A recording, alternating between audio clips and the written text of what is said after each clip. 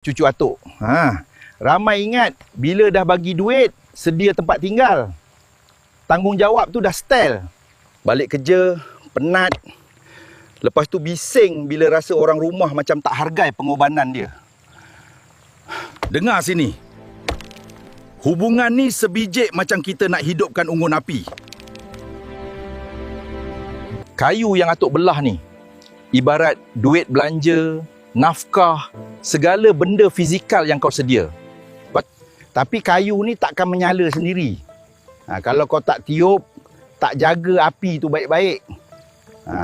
Kau bagi harta segunung pun, kalau tak ada masa, tak ada komunikasi, hubungan tu mati. Orang rumah tu bukan hadap duit kau semata-mata. Dia nak kau dengar luahan dia. Jadi penyedia tu memang bagus. Tapi jangan sampai jadi robot. Hilang fungsi kasih sayang. Letak tepi ego tu. Balik karang peluk dia, tanya keadaan dia. Benda kecil je, tapi besar makna. Kayu dah ada, jaga api tu elok-elok. Jangan biar padam. Ingat pesan atuk ni sayang.